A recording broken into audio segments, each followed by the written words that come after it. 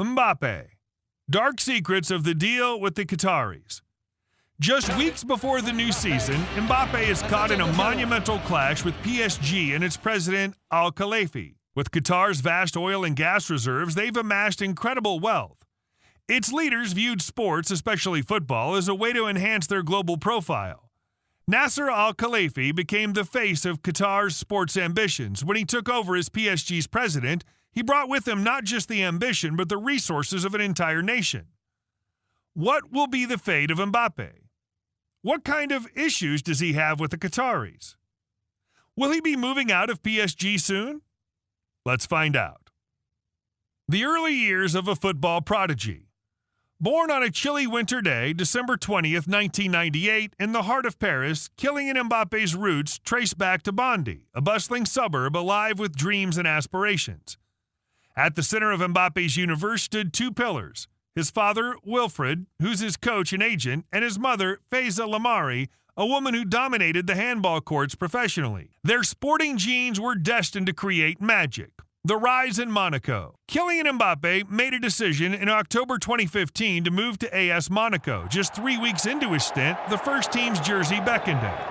Fast forward to the 2016-17 season, with 26 goals from 44 matches, he was pivotal in ensuring AS Monaco clinched the Ligue 1 title for the 2017-18 season. But at just 19 years old, Mbappe not only scored in a World Cup final, but also made his mark in football history. Fast forward to the 2022 World Cup, Mbappe's sensation rewrote records, netting an astonishing 4 goals in World Cup finals, a feat showcased with his thrilling hat trick against Argentina. And he didn't stop there, becoming one of the elite few to score in 2 different World Cup finals. Even with his Golden Boot victory edging out his PSG teammate Messi, the grand prize eluded him. France faced the bitter taste of defeat in a nerve-wracking penalty shootout. His performance in the World Cup brought more attention to him, and more big clubs sought after him. Mbappe's Parisian accent. After losing to Monaco, who was led by Mbappe in the 2016-17 season, Paris Saint-Germain quickly decided to pursue him. Even though the idea of joining Real Madrid was tempting, PSG's coach Unai Emery promised Mbappe plenty of playing time, and that convinced him to choose Paris. PSG showcased their financial strength by spending a huge amount, 145 million euros, with an additional 35 million euros in add-ons to secure Mbappe's signing. This made him one of the most expensive players in football history, behind Qatar's record-breaking signings. When Qatar-backed Paris Saint-Germain, PSG, splashed out an eye-popping amount for Neymar, the world sat up and took notice. Just when we thought that was the peak, in came the signing of young Mbappe. How could a club afford such back-to-back blockbuster deals? Rich oil and gas reserves have given Qatar the financial might to venture into various domains. The country's been accused of unfair labor and playing both sides in regional conflicts, with oil money being a silent player in the background. As the world urges a shift from fossil fuels, Qatar's reliance on oil brings its own set of controversies.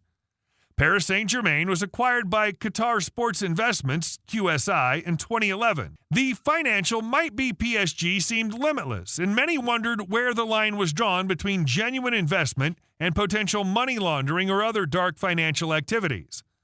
The signings of Neymar and Mbappe were not just about flexing financial muscles, they came with their fair share of controversy. Some believe that such spending was unsustainable and would destabilize the financial balance of football. PSG didn't stop with the signing of Neymar and Mbappe. In the summer of 2021, PSG wasn't just shopping, they were assembling a dream team. The headlines, Lionel Messi and Sergio Ramos, along with other talents like Wijnaldum and Hakimi. The question on everyone's lips, how is PSG affording this? UEFA's Financial Fair Play, FFP regulations aim to keep clubs from spending more than they earn, ensuring a level playing field. But PSG's Qatari backing seemed to have deep pockets. Qatar's World Cup human right abuse. Qatar's massive World Cup infrastructure spree, estimated at a whopping $220 billion, encompassed not only the 8 stadiums, but also new hotels, a metro system, and a grand airport expansion. Yet the spotlight wasn't on these marvels, but on the conditions of the laborers, who often faced issues like illegal recruitment fees, wage theft, and even life-threatening injuries. While FIFA introduced a human rights policy in 2017, critics argue that much harm had already been done. They question if the organization, poised to pocket over $6 billion in revenue from the 2022 World Cup, had done enough in its power to prevent these abuses. Qatar's broader human rights scenario only deepens the concerns. Its policies, which blatantly discriminate against women, moreover, the laws against the LGBT community are intensely punitive, with penalties for consensual relations and even reports of forced conversion therapy for transgender individuals. The race for Mbappe. Flashback to last summer when Real Madrid tabled a jaw-dropping offer to Mbappe, but PSG didn't bite.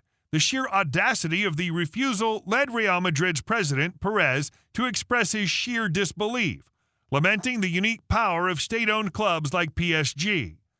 Mbappe decided to choose money and power over a future with Real Madrid and penned a fresh 3-year contract with an eye-watering €650,000 per week deal with the French champions. Mbappe's role at the club wasn't just confined to the pitch.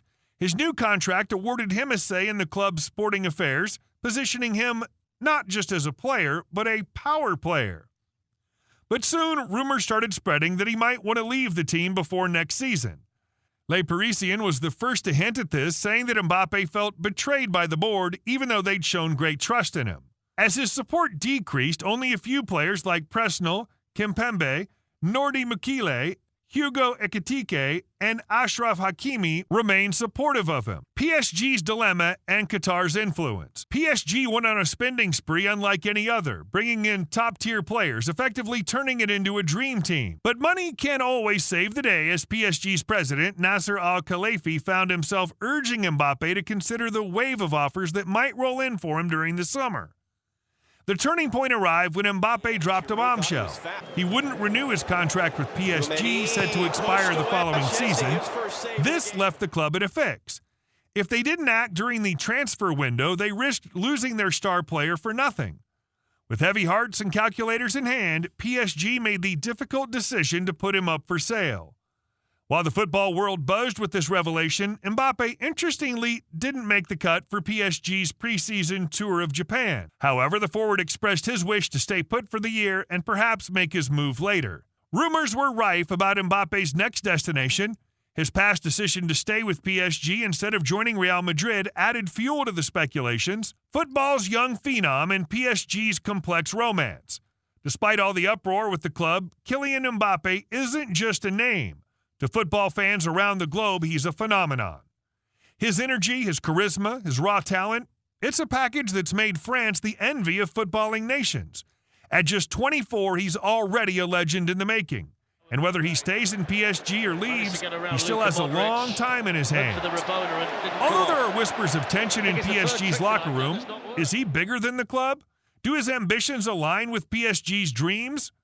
Then there are whispers about his contracts, murmurs about astronomical figures, clauses, and secret meetings. For a player of his stature, staying put or making a move isn't just a transfer, it's a statement.